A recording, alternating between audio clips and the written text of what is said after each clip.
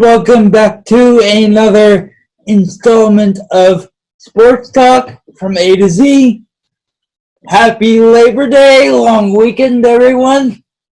We hope you're all hanging in there in this weird COVID time. I'm back here with Zan Bando as usual. So, how you doing?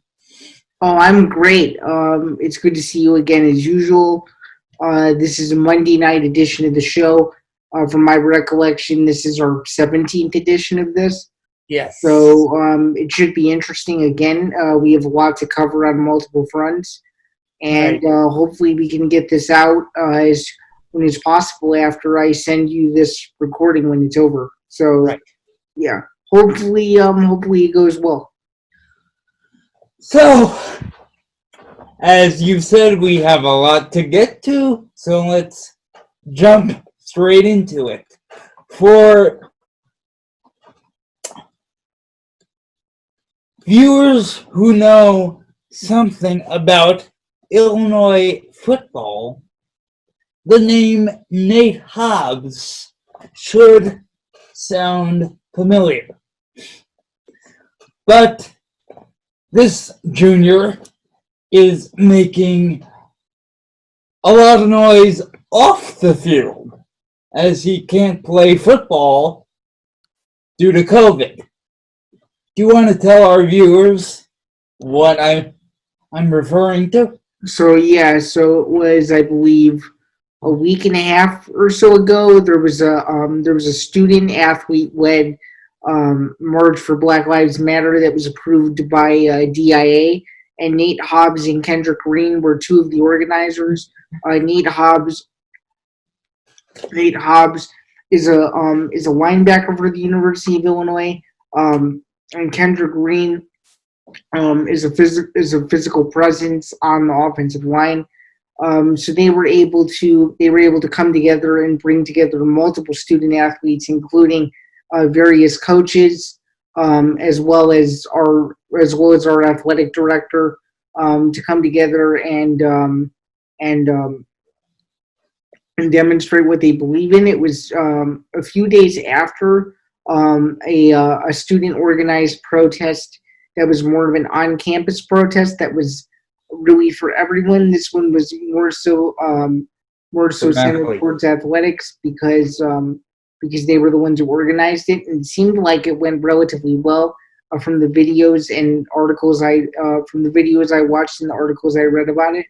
And it's just good to see multiple people come together to stand for the same thing. It is very good to see, especially considering what we've had to go on in the African American community in the last couple of months. As we've been talking about repeatedly on the show, what athletes do off the field, and broadcasters as well, is as important as what they do on the field or in the booth. Exactly. 100%. So to see these players use their platform like we've been talking about is amazing. Now, this protest was in response to yet another shooting incident involving an African American. Mm-hmm. That seems to happen very, very often, sadly, especially lately. So, before I get into anything sports, what is your take on that? Why does this happen so often? I mean, George Floyd and now Jacob Blake, within 3 months of each other, what's going on? I think it just centers back to just overall the system in general needing to change. I mean, that's as simple as you can really put it. It's a systematic thing that's gone back years and years and years that just simply hasn't been rectified in a way where everybody feels like they're heard and that they're safe. It's a pretty simple way of putting it. That's a very simple way of putting a very complex issue. And that is what we're going to attempt to do here tonight, is break down that issue using various sporting examples. One of which is, or was recently said on ESPN's First Take. It was ESPN's College Game Day. Thank you for that correction. ESPN's College Game Day. From one of the most emotional broadcasts I have ever seen. It's not often you see a broadcaster get emotional on air like that. It's really rare. So, want to take this? What do you think about that? Well, I mean, Kirk Herbstreit said it best. For those of you who don't know, he's been around college football for many years. And if you watch this edition of College Game Day, you know, it's really unique with COVID-19 and the whole BLM movement. And it got to a point in the show where they were having a discussion about it. And Herbstreit just said, we have to do better as a society. Nobody should be scared when they drive a car, when they walk down the street. What's gonna happen to them? It's a video that is worth their time and attention. It's 2 minutes and 14 seconds. It's been reposted everywhere, all over social media. And the big takeaway from that is that we have to be better, and we have to do better as a society. And he just told it like it was, and it was very, very raw, uncut, not scripted by any means. That was pure raw emotion by Kirk Herbstreit, and nothing other than that. It was very emotional to watch, and his message is going to ring true, regardless of what happens with the advent of college football or anything else. His words were extremely powerful, and we're going to link it in the description. But this video and his message is really worth your time, for sure. Which leads me to, I'm going to ask you what some might consider a very personal question, but I feel like it's pertinent.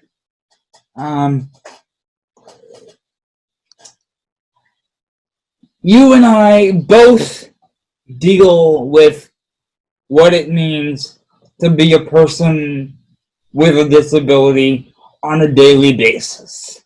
And all the opinions that are brought to the forefront without even talking to us. Do you feel like that's the same thing that happens with the African American community? In regards to, like, there's assumptions made about them before people even get a chance to interact with them? Yeah, is that a thing that you think happens? Oh yeah, 100%. I don't think there's any denying that. So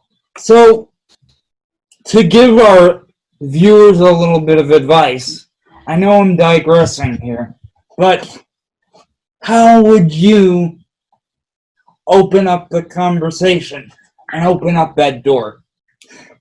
In regards to their community or in regards to our community, the disability community?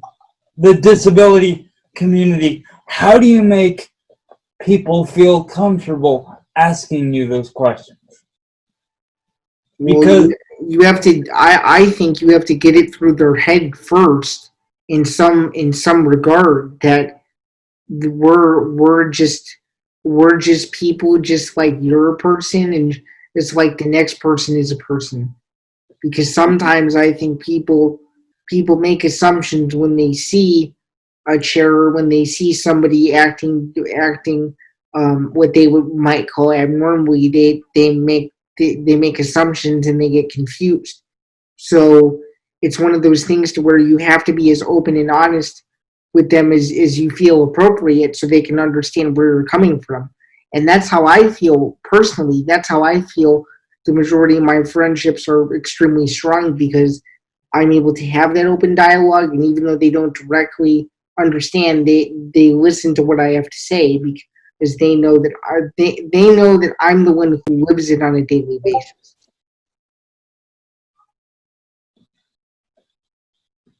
it, is that part of why you're in journalism? Because that's part of why I'm in journalism, to do things like what Herbstreit did there, to advocate for the communities that don't get the representation they deserve. That's why I'm in the major. That's why I'm in the field, because I want to do things like Herbstreit. Well, I mean, I didn't think of it like that.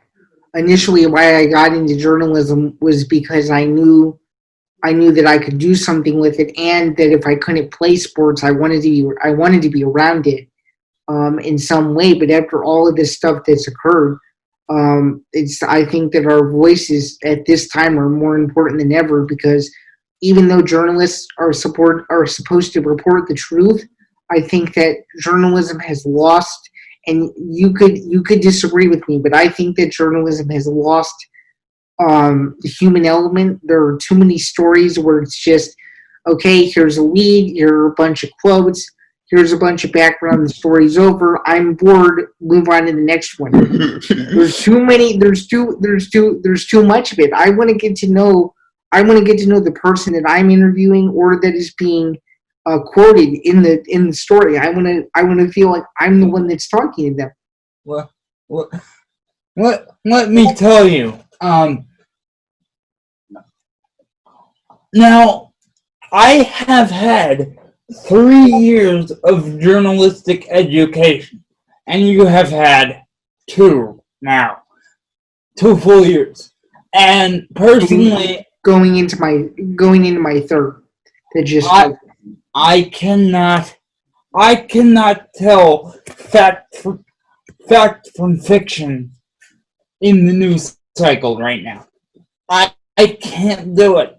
But there is so much out there that, as a journalist, I don't know what to believe, and it's a problem. It's a problem for sure. Um, which brings me in a circuitous way back to the Nate Hobbs protest and everything that went on there.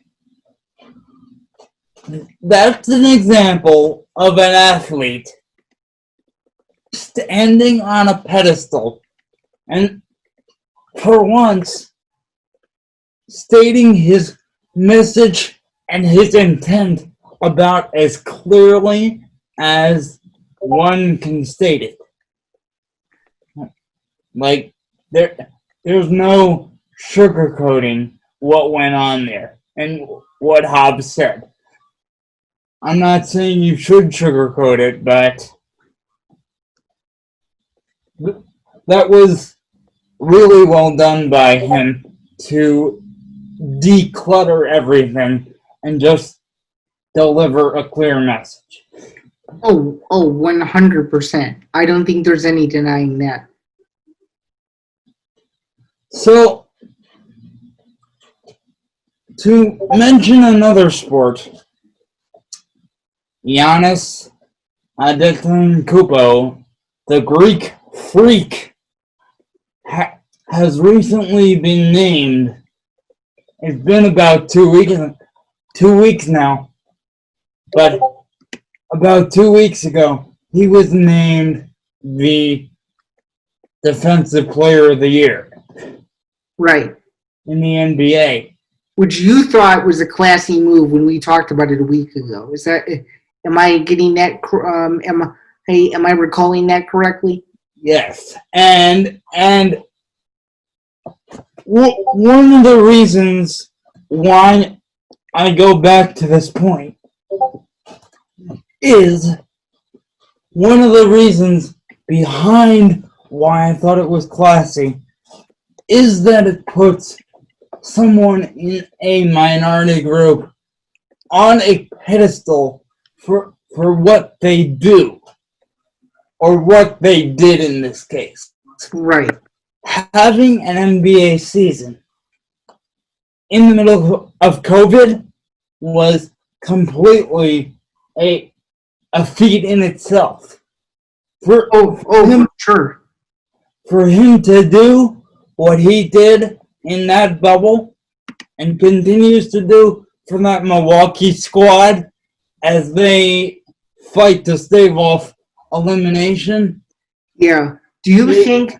Wait, I don't mean to digress, but do you think after yesterday's win, do you think they can force Game 6? I'm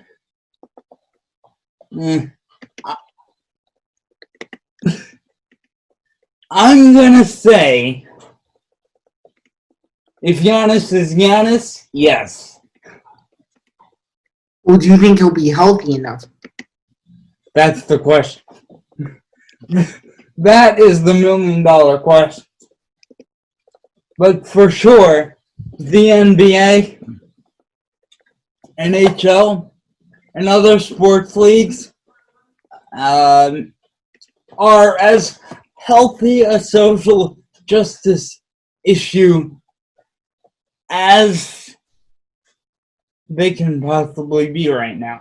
The fact that they're playing, the fact that they're not letting any of the proverbial crowd noise distract them from playing, the fact that they step down from the court and the field or the ice.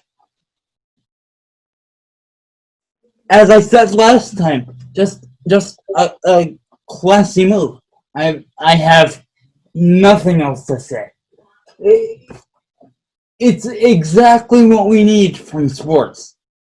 It's why we restarted it, why we're in journalism, the two of us, to have our voices heard, and why we're getting extremely political today, as we said we would last time, because it is necessary, because no one is making our voices heard for us, so we have to do it ourselves. Okay, this is breaking news, live on the show. I'm not sure if you know this Twitter account. His name is Sir Yacht. He supposedly, you may have been following his tweets the last several weeks. He supposedly has inside sources regarding the Big Ten and its return to play. So here's a new tweet. It says, breaking. This was sent to me by one of my best friends in the whole world. It says, breaking. The White House approves every safety measure the Big Ten needs for fall season to restart on October 10th, per source. There is no reason why Big Ten president shouldn't vote tomorrow for college football to be back. Now, I have a question about this. If you've been following his tweets, you may have noticed a couple of times he said, "Oh, it's going to be back," and he said it multiple times, and it doesn't happen. He had a Periscope the other day, clearing the air about the entire situation, and just saying, "Trust me, when this happens, I will reveal my sources, etc., etc." I want to know if you've heard of Sir Yacht and you know who I'm talking about. Do you think he's been legitimate? this entire time, or do you think he's trying to spread clout and get followers off of tweets like the one I just wrote to you or just read to you? What do you think about this? I know this guy, and I know him very well. And there is this famous term I like to use with regard to him. Okay. And you have heard this term several times in your journalistic life. And it's something I've been wanting to cover on the show for a while. Okay. And that is the idea of conspiracy theories. Okay. I think he is full of hot air. There is no way you can play socially distanced football, as I've said before. So, if the Big Ten somehow pulls this off without it being a big flop, I will be extremely surprised if they pull off anything. Because well, I think the big test is going to be if the ACC goes off without a hitch next weekend. That's going to be a big test, I think. I don't see it going off without a hitch. I'm telling you.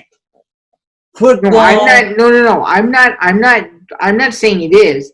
I'm just saying I think a big test is going to be what the ACC does to start. Definitely. Yeah, Definitely. To start next weekend. And kind of on the same wavelength, the 2020 NFL season starts on Thursday. Yes. What are your expectations for Roger Goodell to pull this off? I'm interested to watch Thursday night and see how it looks. There's supposedly going to be virtual crowd noise. There's supposedly going to be socially distant broadcast booths with Al Michaels and Chris Collinsworth. Supposedly Michelle Tafoya won't be on the field because sideline reporters can't be on the field. It's only essential personnel for both teams. So this is going to be very interesting this first week. No, notice I said Roger Goodell. Yes, you did. And that is purposeful. I know. I don't think that he is going to pull this off and care about player safety in any sense on Thursday. He is going to care about three things. Okay, what are the three things? Eyeballs, money, and how gushy he can make the next lucrative TV or streaming deal for the NFL. Well, don't they already have a streaming deal, though? Well, Amazon? Well, yes, but how lucrative can he make that? How many eyeballs are going to be on that game on Thursday night? Millions of people. He is not going to care about player safety. He has not shown concern for single one of his players ever. The NFL has flatly denied the prevalence of concussions. He doesn't care about players. He cares about money. He's a money grubber. Oh, I don't think there's any doubt about that.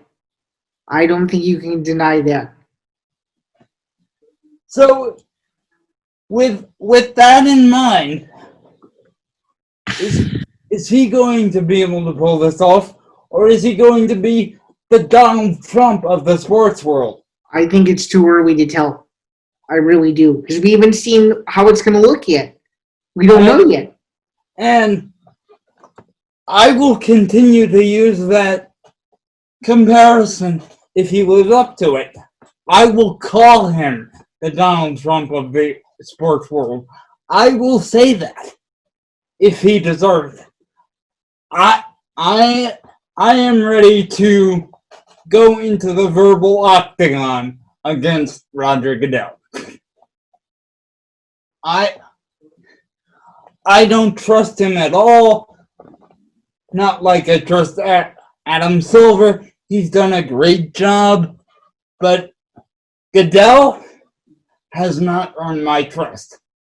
Neither has Robert Kraft. Those two people, and Woody Johnson, the New York Jets.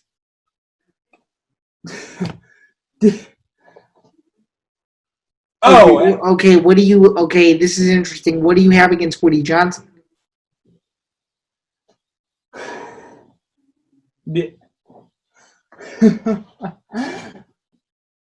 Woody Johnson. Okay.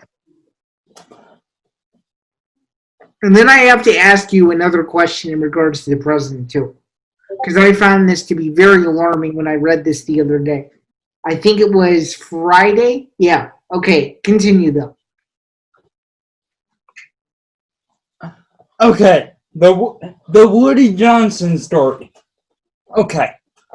Do you know how with the Washington football team all that stuff has happened with the cheerleaders? Yes. Leaders that we've covered? Yeah. Well, according to sources on Twitter that I will link in the description, the same thing is happening with the Jets?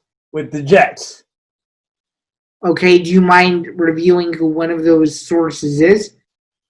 And I will link these in the description below as well as show them to you. But when I saw this, it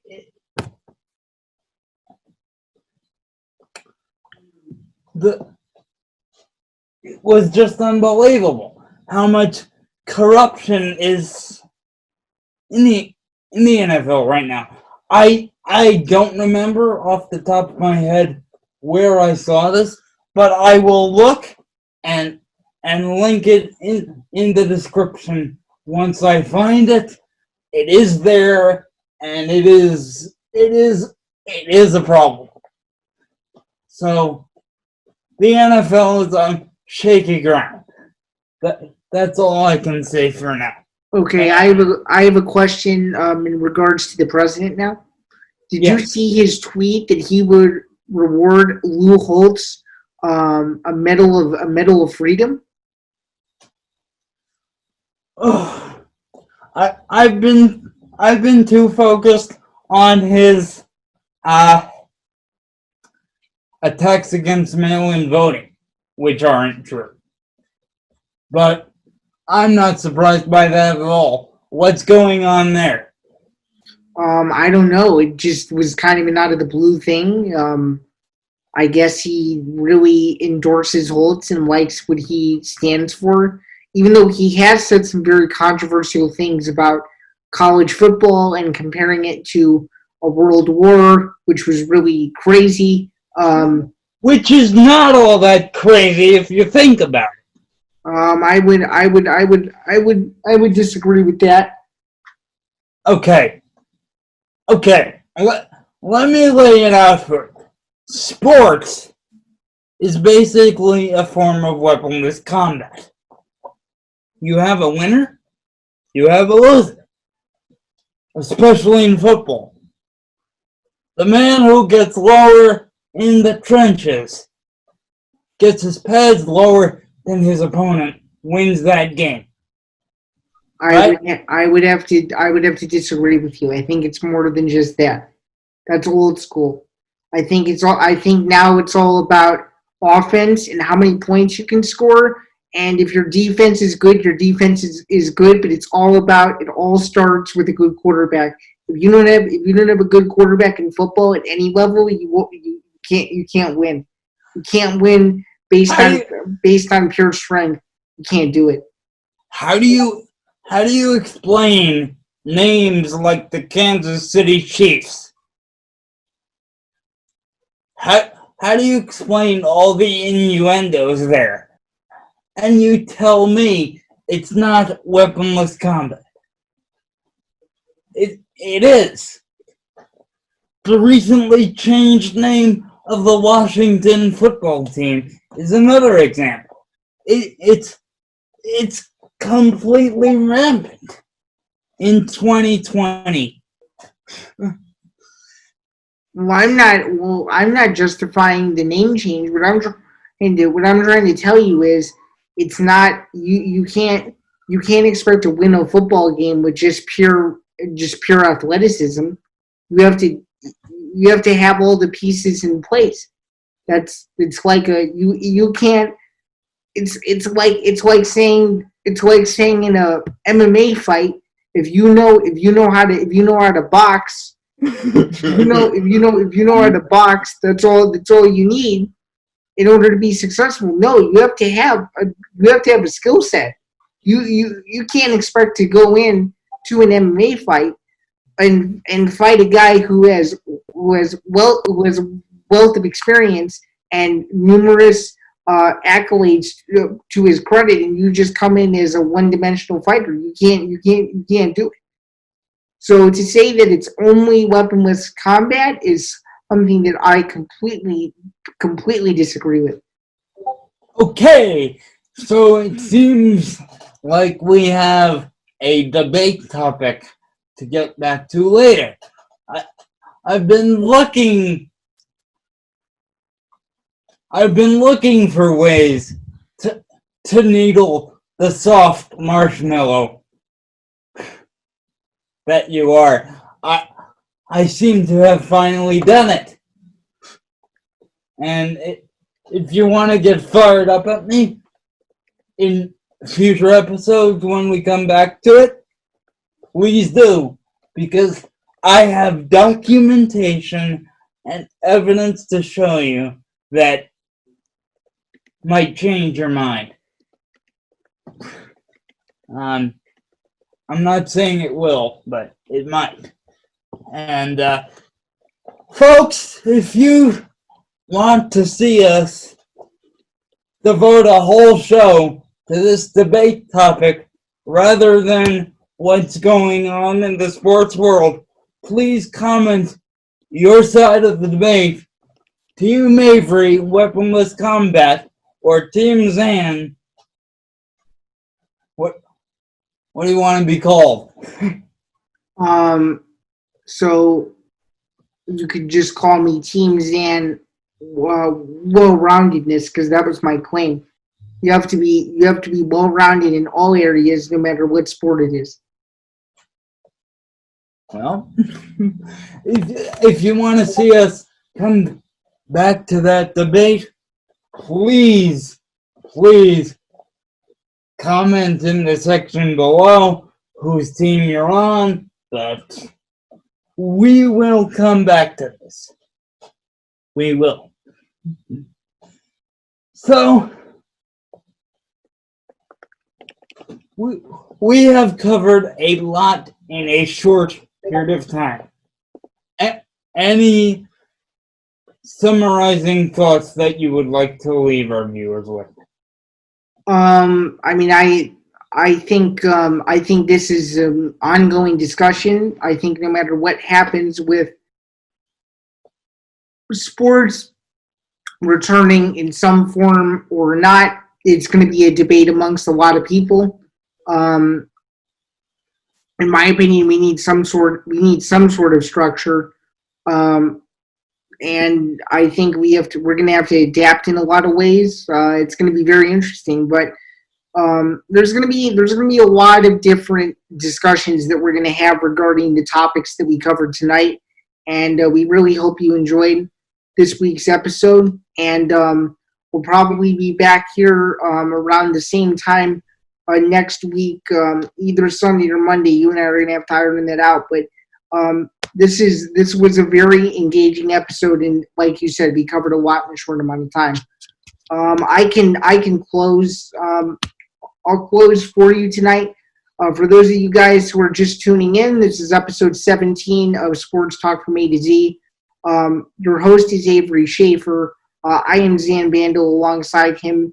Thank you very much for listening. You can find our podcast on YouTube.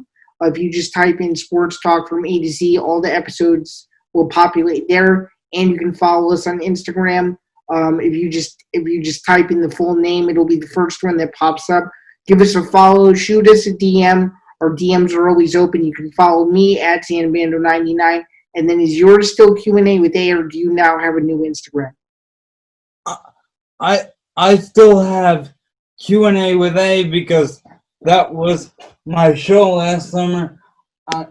I'm going to change that to something a little bit more simple. I'll update you guys when I do, and don't hesitate to hit me with a DM there, and we will have guests on the show as we continue this conversation, because I have the feeling that we are only two perspectives and we need more.